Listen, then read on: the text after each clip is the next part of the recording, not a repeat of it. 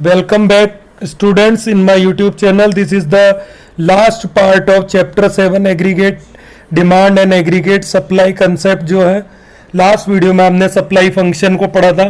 Supply function आपके पास ये diagrammatic है, प्रेजेंटेशन था इसका. तो ये this is the slope of supply function, it is called MPS. अब इस सप्लाई फंक्शन आप देख रहे हैं ये स्ट्रेट लाइन होगा ब्लू कलर का. That is why the slope of supply function is constant. कोई भी लाइन जो स्ट्रेट लाइन होगा उसका स्लोप हमेशा कांस्टेंट होता है. A straight line has a constant slope. तो इस टॉपिक को स्टार्ट करते हैं. A straight line has a constant slope so that straight line S function indicate that it has a constant slope. इसका slope constant रहेगा, implying that MPC as indicated by the S line और S function must be constant corresponding to a level of income. मतलब income का level आपका जैसे बढ़ता है या घट भी जाता है, then the slope of MPS, यह सप्लाई फंक्शन का जो लाइन है एस लाइन, उसका स्लोप कांस्टेंट रहेगा. Such S function is called linear saving function. और जब ये स्ट्रेट लाइन रहेगा तो इसको आप लीनियर सेविंग फंक्शन बोलेंगे. It suggest that every time there is a rise in Y. जैसे जैसे आपका इनकम बढ़ता है हर बार, a constant proportion of it covered into S. तो उसका एक कांस्टेंट जो प्रोपोर्शन है आपकी इनकम का वो सेविंग में जाएगा जैसे वो कंजप्शन में जाता. चैप्टर के बिगिनिंग में हमने पढ़ा था कि that full part of the increase income can not be converted into consumption. वो पूरा का पूरा सेम प्रोपोर्शन में कन्वर्ट नहीं होगा कंजप्शन में. Some part of the increase income is converted into saving. तो सेविंग और कंजप्शन दोनों में इंक्रीज होता है एज योर इनकम इंक्रीजेस. तो ये जो स्लोप है एस लाइन का, ये उस प्रोपोर्शन को बताता है जिस प्रोपोर्शन में आप इंक्रीज इनकम का एक पार्ट आप सेव करते हैं. In figure 6 saving function is a linear and MPS is 0.2.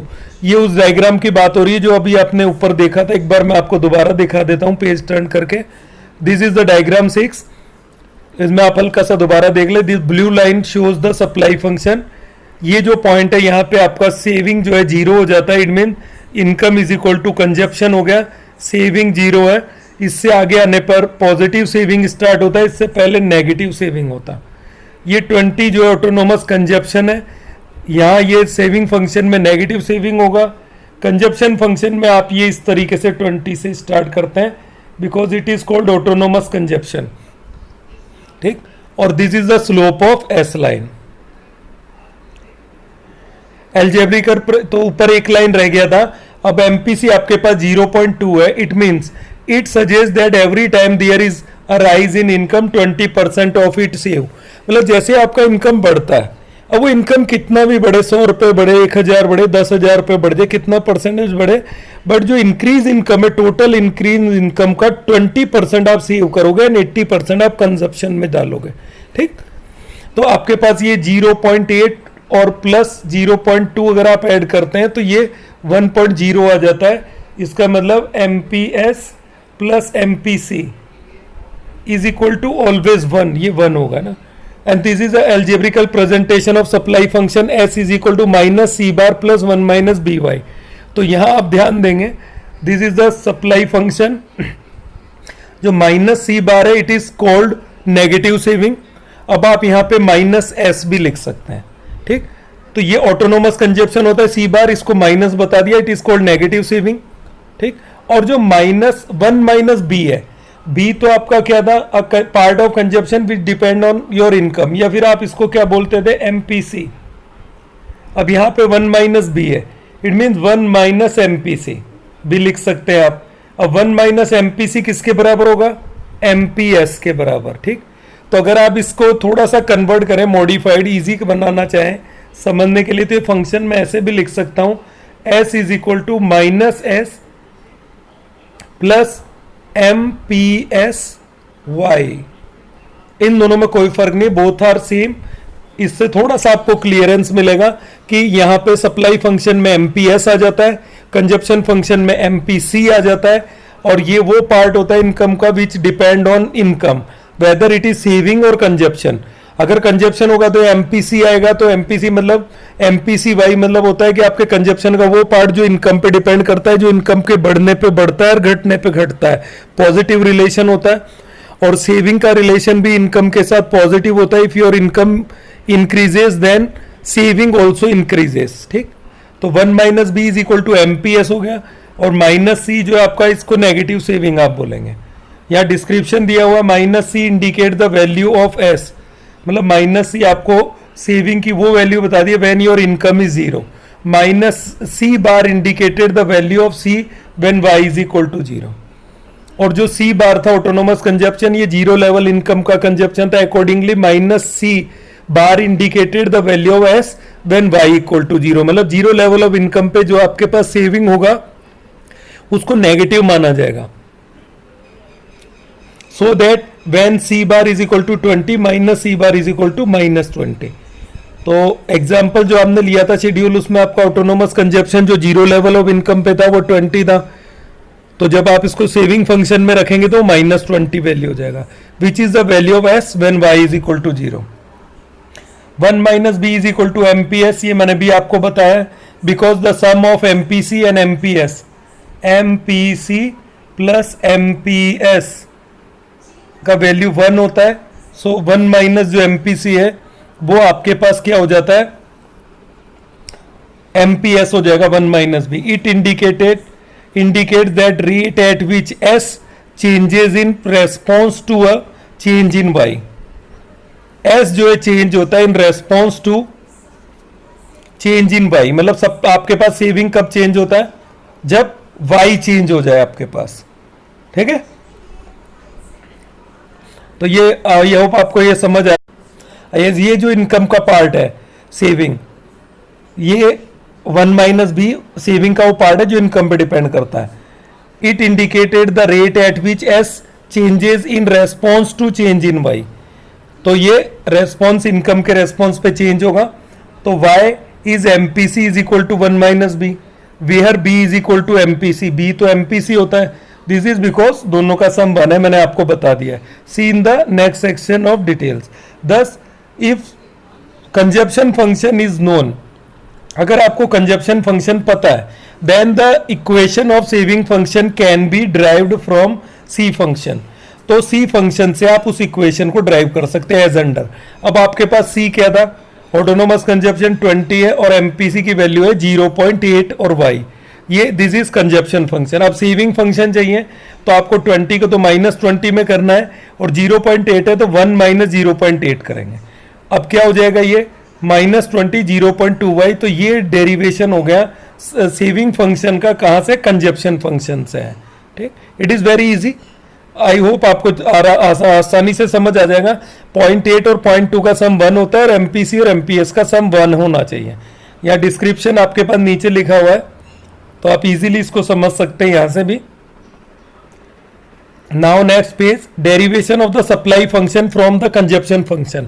अभी आपने न्यूमेरिकली डेरिवेट किया था सेविंग फंक्शन को, जो है सेविंग में कई बार सप्लाई बोल जाता हूँ, यहाँ सप्लाई नहीं है, इसका मतलब ये सेविंग है आपकी इनकम का पार्ट जो है। तो सेविंग जो है आपके पास वो कंजप्शन से कैसे ड्राइव होगा, एस फंक्शन सी फंक्शन से। डायग्रामेटिक इसका इलिस्ट्रेशन देख लेते हैं। तो ये आपके पास सेम वही शेड्यूल है, जीरो लेवल ऑफ इनकम पे 20 ऑटोनोमस कंजप्शन है, 50 जब आपके पास होता है इनकम तो 60 का कंजप्शन है, इट मीन यहाँ पे -10 रहेगा सेविंग माइनस में। 100 इक्वल टू 100 जब आपके पास होता है, इट मीन्स इस लेवल पे आपके पास सेविंग 0 हो जाएगा। फिर नेक्स्ट जब 150 इनकम होता है तो 140 का कंजप्शन है, इसका मतलब यहाँ पे सेविंग आपका पॉजिटिव स्टार्ट हो जाएगा। तो ये 100 वाला जो पॉइंट है आपके पास वो ये वाला पॉइंट है, आप देख सकते हैं दोनों तरफ O X O Y axis पे 100 है। यहाँ पे आपके पास income is just equal to consumption है, इसके आगे आपके पास पॉजिटिव सेविंग है, इससे पहले नेगेटिव सेविंग है। वाई लाइन 45 डिग्री एंगल बनाता है, और जो सी लाइन है ब्लू लाइट ब्लू कलर में दिखाया गया, ये ऑटोनोमस कंजप्शन 20 से स्टार्ट होगा। एंड पॉइंट सी जो है ये ब्रेक इवन पॉइंट है, जहाँ पे आपका इनकम जो है कंजप्शन के बराबर हो जाता है। Now come to the saving function, इसी के साथ नीचे लेते हैं। मैं स्क्रीन को थोड़ा सा रोटेट करूंगा यहाँ पे, ताकि आपको दोनों डायग्राम एक साथ नजर आ पाए, क्योंकि स्क्रीन थोड़ा छोटा पड़ जाता है अब ऐसे समझने के लिए चलो ऐसे ही कर देते हैं, या एक बार ऐसे करके देखते हैं। Yes, now you can see it clearly. दोनों डायग्राम को आप एक साथ देख पा रहे होंगे। तो आपके पास जो 100 वाला जो आपके पास पॉइंट है, इसको आप नीचे आके देखेंगे, ये 100 उस जगह आता है सेविंग में जहां पे आपके पास सेविंग जो है जस्ट इक्वल टू 0 हो जाता है, वो एक्स एक्सेस पे टच करता है। तो ये डेरिवेशन है कि मतलब ये सेम ब्रेक इवन पॉइंट वो पॉइंट होगा जहां पे 100 इनकम है और 100 कंजप्शन है, जहां पे सेविंग आपका 0 हो जाता है। बस आपको यही दिखाना था, डेरिवेशन है, बाकी वैसे स्लाइटली जो है हॉरिजॉन्टल साइज में दिख जाएगा। Yes, here you are again. तो इसको आप देख सकते हैं, थोड़ा सा स्मॉल कर दें। तो ये डेरिवेशन होता है। यहां से आप सेविंग जब निकालने जाते हैं तो आपके पास ये -20 आ जाता है, -10 आ जाता है, फिर 0 आ जाता है, फिर ये 150 पे प्लस हो जाता है। तो this is the derivation of saving function from consumption function. Detail आपके पास नीचे लिखे हुए हैं। अगेन सेम, फर्स्ट जो ऑब्जर्वेशन वाला पॉइंट है, saving function start from -20 because saving function start from +20।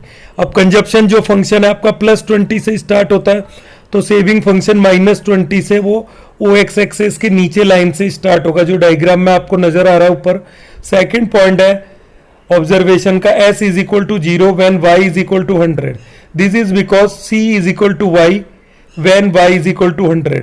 c is equal to आपके पास y हो जाता है जब 100 इनकम होता है, मतलब कंजप्शन इनकम के बराबर है और सेविंग 0 हो जाता है यहाँ। थर्ड पॉइंट है ऑब्जर्वेशन का, s function is a linear function because s line is a straight line. s line आपके पास स्ट्रेट लाइन होता है moving upward from left to right. ये left to right upward move होता है। We need to focus on 3 points. तो यहाँ 3 point है इस डायग्राम के आपके पास।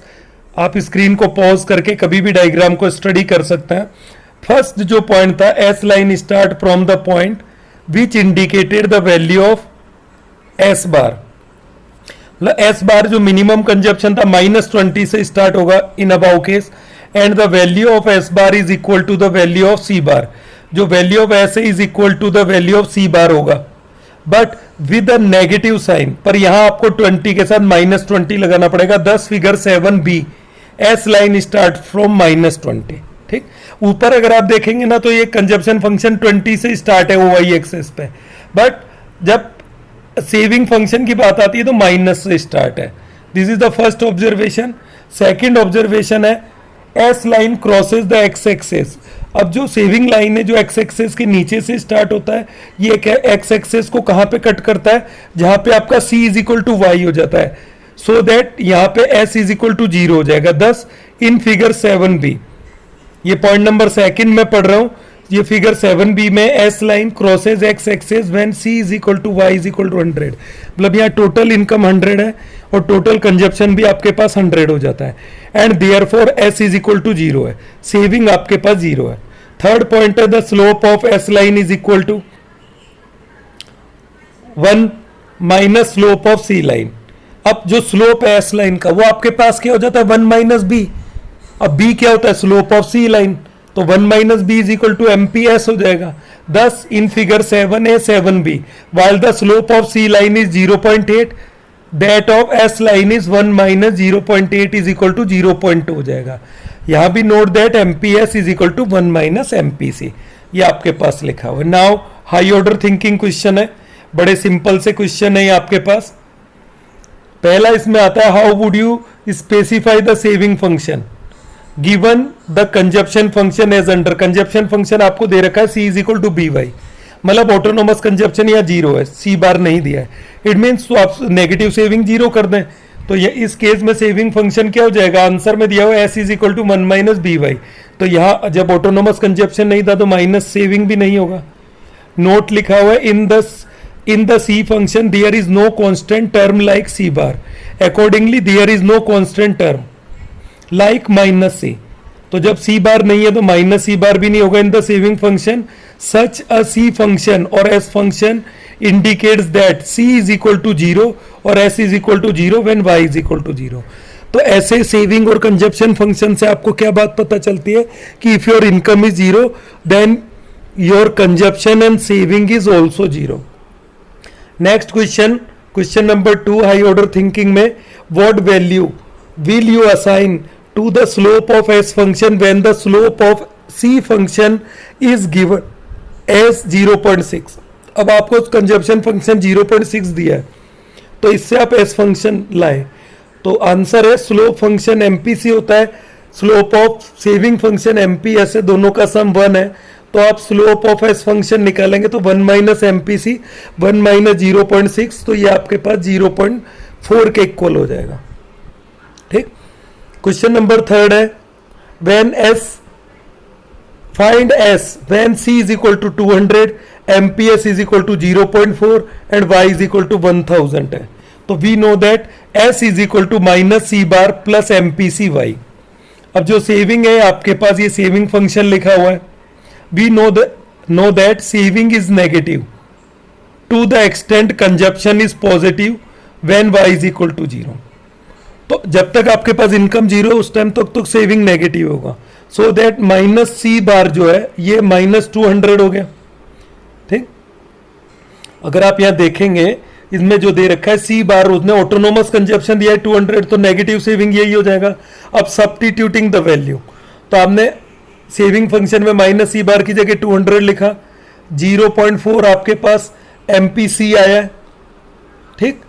एमपीसी, अब ये 0.4 एमपीसी कहां से आया, एमपीएस सॉरी, ये कहां से आया है, अबाउ एग्जाम्पल में था, अबाउ एग्जाम्पल में 0.4 था, बट यहाँ पे इसमें क्वेश्चन नंबर 3 में एमपीएस का वैल्यू दिया हुआ है. सॉरी मैं अबाउ क्वेश्चन बोल गया, तो एमपीएस का वैल्यू भर दिया, इनकम भर दिया. व्हेन यू मल्टीप्लाई 1000 बाय 0.4 से जैसे ही आप मल्टीप्लाई करेंगे तो ये आपके पास 400 आ जाएगा. और 400 और माइनस 200 को जब आप बैलेंस करेंगे, मतलब 400 में से माइनस 200 करेंगे तो देन आंसर इज 200. इसका मतलब आपका टोटल सेविंग जो होगा 1000 इनकम लेवल पे वो 200 होगा. अब ये जो क्वेश्चन 3 है, ऐसे कुछ क्वेश्चन है घुमा फिरा के आपके पास एग्जाम में आते हैं. So kindly prepare yourself. ऐसे न्यूमेरिकल अभी और करेंगे हम लोग, कि वो आपको समझ आ रहा होगा. कोई प्रॉब्लम हो तो आप कमेंट बॉक्स में जाके पूछ सकते हैं. यस स्टूडेंट, जो नेक्स्ट टॉपिक है 0.6 दिया हुआ, relationship between propensity to consume and propensity to save. इन दोनों का रिलेशन क्या है? तो फर्स्ट ऑफ ऑल ये चारों जो आपके पास फॉर्मूले हैं ये आपको यहां गिवन है. APC, MPC all are already studied है, ये आपको भूलने नहीं है, आपको याद रखना है ना. नेक्स्ट जो अपने पास होता है relationship between propensity to consume and propensity to save. तो ये दो रिलेशन है, फर्स्ट एपीसी एंड एपीएस, ये 1 होता है इनका सम, और एमपीसी और एमपीएस इनका सम भी 1 होता है. तो first this equation are explain. पहला आपने लिया APC and APS, average propensity to consume and average propensity to save, इसका सम 1 है ऑलवेज. बिकॉज इफ वी से, अगर हम ऐसा बोलते हैं कि 1/2 of the total income spend की, अगर आपकी टोटल इनकम का हाफ पार्ट खर्च किया गया है तो अदर हाफ जो है वो टोटल इनकम का वो सेविंग में होगा. तो जब आप 1/2 प्लस 1/2 को प्लस करेंगे तो एलसीएम 2 आएगा, 1 + 1 तो इज इक्वल टू 2/2, ये 1 हो जाएगा. तो इट मीन्स ये जो अपने एल्जेब्रिक न्यूमेरिकली जब आप करेंगे तो ये प्रूव हो जाएगा कि APC plus APS is equal to 1 होता है. ठीक. अगर आप सेकंड केस लेते हैं, if 3/4 of your total income is spend then 1/4 income must be saved. तो 3/4 तो खर्च हुआ है, 1/4 आपने सेव किया है, तो इनका एलसीएम लेंगे तो ये हो जाएगा 3 + 1, तो 4/4 इज इक्वल टू 1. तो ये अगेन आपके पास एपीसी और एपीएस का सम 1 आता है. तो ये न्यूमेरिकली प्रूव है. बट अब एल्जेब्रिकली अगर इसको प्रूव करते हैं तो ये हो जाता है कि y is equal to C plus S, आपकी total income consumption plus saving का सम होता है. Algebraically it can be proved. We know that APC का फॉर्मूला और एपीएस का फॉर्मूला आपको पता है. अगर आप यहाँ दोनों को प्लस करते हैं, ये दोनों आपको काम में लेने हैं फॉर्मूले तीनों. अब एपीसी प्लस एपीएस को प्लस करते हैं तो C/Y प्लस S/Y होगा. y एज एलसीएम आपने लिया तो ऊपर C प्लस S आएगा. अब C प्लस S का वैल्यू आप यहां से सब्स्टिट्यूट करें. C plus S is equal to Y है तो आपने Y लिखा, y/Y गिव्स अस 1. तो ये क्या हो गया आपके पास, एपीसी और एपीएस का सम 1 हो गया। It is algebraical proved. तो ये एल्जेब्रिकल इसका प्रूव हो जाता है अपने पास। तो दोनों आपको याद रखना, न्यूमेरिकली भी है और एल्जेब्रिकली भी। बट अगर वो एल्जेब्रिकली प्रूव पूछेगा तो आपको ये एल्जेब्रिकल वाला करना है। सेकंड आता है MPC and MPS is equal to 1। ये भी सेम वे। फर्स्ट, अगर आपका half part of income is spend तो हाफ आपके पास खर्च होगा। दोनों को ऐड करेंगे तो एमपीसी और एमपीएस का सम अगेन 1 आएगा। अगर 3/4 आप इंक्रीज इनकम का खर्च करते हैं, यहाँ इंक्रीज इनकम है, एपीसी में टोटल इनकम का था, तो अगर इंक्रीज इनकम का 3/4 आप खर्च करते हैं तो 1/4 तो आप सेव करेंगे। 3/4 और 1/4 इसका सम वापस आपके पास क्या आएगा, 1। तो ये दो एक जो आपने न्यूमेरिकल एग्जाम्पल से प्रूव किया, एल्जेब्रिकली प्रूव करते हैं तो delta Y is equal to delta C और एस होता है। मतलब change in income is equal to the sum of change in consumption plus change in saving. MPC और एमपीएस का फॉर्मूला जो है delta C upon delta Y, delta S upon delta Y, ये होगा। तो यहां भी इन दोनों फॉर्मूलों को काम में लेके आप प्रूव कर सकते हैं। सॉरी, स्क्रीन थोड़ा डिस्टर्ब हो गया। Yes, again. तो यहां ये फॉर्मूले आपको काम में लेने हैं, ये दोनों। तो जैसे आप इनका सम निकालेंगे, delta C upon delta Y plus delta S upon delta Y हो जाए। एलसीएम डेल्टा वाई लेते तो delta C plus delta S upon delta Y. आपने ये वैल्यू कहां से सब्स्टिट्यूट किया, यहां से। तो ये delta Y upon delta Y gives us 1, ये 1 के इक्वल हो जाएगा। ठीक, तो ये एल्जेब्रिकल प्रूव हो गया। बस आपको दोनों में डिफरेंस रखना है कि एपीसी एपीएस और एमपीसी एमपीएस डिफरेंट कंसेप्ट हैं दोनों। जो एपीसी एवरेज प्रोपेंसिटी है वो तो आपको टोटल इनकम का टोटल सेविंग और कंजप्शन से रेशियो बताता है, और एमपीसी जो इंक्रीज इनकम है, चेंज इन इनकम जो है उसका change in consumption, change in saving के साथ रेशियो बताता है। Now again the numerical question है हाई ऑर्डर थिंकिंग। जो आपके पास फर्स्ट है इसका, if personal disposable income is 1000 crore and consumption of expenditure is 750 crore है, find out the average propensity to save. अब देखें क्या दे रखा है। पहले उन्हें इनकम दे रखा है 1000 डिस्पोजेबल इनकम, जिसको आप फ्री हैंड खर्च कर सकें। कंजप्शन एक्सपेंडिचर है 750 करोड़। ठीक, तो इसका मतलब सेविंग आप निकालेंगे तो y माइनस सी, तो 1000 में से आप कंजप्शन माइनस करेंगे 250 करोड़ का सेविंग होगा। तो एपीसी आपको निकालना है एस अपॉन वाई, तो 250 अपॉन 1000 0.25। जैसे ही आप इसको कैलकुलेट करेंगे तो आंसर आएगा। It is very simple. Question second है, can APC ever be negative? क्या एपीसी नेगेटिव हो सकता है? यस, हो सकता है। If yes give an answer. तो एपीसी जो नेगेटिव कब होगा? जब आपका इनकम लेवल बहुत कम हो जाता है। Yes, APC can be negative in situation when S is negative. जब आपका सेविंग नेगेटिव होता है, मतलब इनकम लेवल काफी कम होता है कंजप्शन से, ये ब्रैकेट में दिया हुआ है। तो इसका मतलब y इज इक्वल टू 50 है, कंजप्शन 60 है, तो सेविंग नेगेटिव हो गया एस। तो इस केस में जब आप एपीएस निकालेंगे तो S upon Y minus 10 upon 50, तो 0 माइनस 0.2 होगा। तो ये भी बहुत सिंपल है। नेक्स्ट क्वेश्चन नंबर थर्ड है, APC and MPC are 2 parameter. ये 2 पैरामीटर हैं। The value of which parameter can be greater than 1? दोनों में से किसकी वैल्यू ग्रेटर देन 1 हो सकती है, एंड व्हेन, और कब? तो देखो, एमपीसी और एमपीएस तो इंक्रीज इनकम का रेशियो है और इंक्रीज सेविंग का रेशियो, मतलब इंक्रीज इनकम का इंक्रीज कंजप्शन और इंक्रीज सेविंग से रेशियो है। तो एमपीसी प्लस एमपीएस तो हमेशा 1 रहेंगे, ग्रेटर देन 1 नहीं होंगे। बट जो एवरेज प्रोपेंसिटी आती है सेविंग और कंजप्शन की, वो 1 से ज्यादा आ सकती है। तो value of APC can be greater than 1। It happen when the level of income is low, C is less than Y. Value of MPC cannot be greater than 1. MPC जो greater than 1 नहीं होगा। MPC is the ratio between additional consumption and additional income. Since additional consumption delta C is only a part of additional income.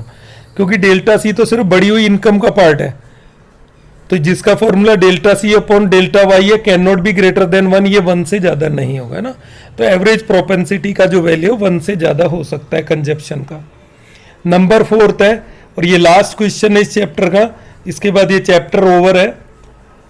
देखते हैं question number 4, can MPC and MPC MPS और MPC जो है ever be negative? Give reason in support your answer. No, neither MPC और MPS can be negative, मतलब दोनों ही negative नहीं हो सकते, because MPS is the ratio between additional saving. MPS तो एडिशनल सेविंग बताता है जब इंक्रीज बढ़ता है, और जो डेल्टा सी है वो एडिशनल कंजप्शन को बताता है. Likewise MPC is the ratio between additional consumption, delta C and additional income. The ratio delta S upon delta Y refer to the slope of S line. ये saving line के slope को बताता है, always positive होता है, ये आपने पढ़ा है. और ऐसे ही delta C upon delta Y saving function के स्लोप को बताता है, वो भी हमेशा पॉजिटिव होता है. ये अपवर्ड स्लोपिंग लाइंस होती हैं, so they can not be negative, ये नेगेटिव नहीं हो सकते हैं. बट डायग्राम में जब आप वो बताते हैं ना स्टार्टिंग ऑटोनोमस, वहां सेविंग नेगेटिव है, ये तो इंक्रीज इनकम के पार्ट है. So this is the answer. Hope you are enjoying. You can ask your problem any time. और इस चैप्टर के कुछ न्यूमेरिकल क्वेश्चन लेके जो शॉर्ट वीडियो है 5-10 मिनट का, वो मैं अपलोड जल्दी करूंगा, बिकॉज इस चैप्टर में आपको थोड़ा सा प्रैक्टिस चाहिए न्यूमेरिकल क्वेश्चन का. तो कलेक्ट करके उसका नेक्स्ट वीडियो जो है वो मैं जल्दी रिलीज करूंगा. यहाँ पे आपके पास लास्ट नोट्स आते हैं बुक में, आप यहाँ भी स्क्रीन को पॉज करके कभी भी अपने नोट्स ले सकते हैं, जिसको आप सेल्फ नोट्स बोलते हैं. It is a power point revision window. तो आप यहाँ से अपने सेल्फ नोट कभी भी ले सकते हैं, लिख सकते हैं, फिर स्क्रीन को पॉज करना है. थोड़ा मैं इसको स्लो रोटेट कर देता हूँ स्क्रीन को. यस, बिल्कुल फॉर्मूले वगैरह हैं जो आप इजीली यहाँ से कलेक्ट कर सकते हैं. Hope you are enjoying. See you in the next video.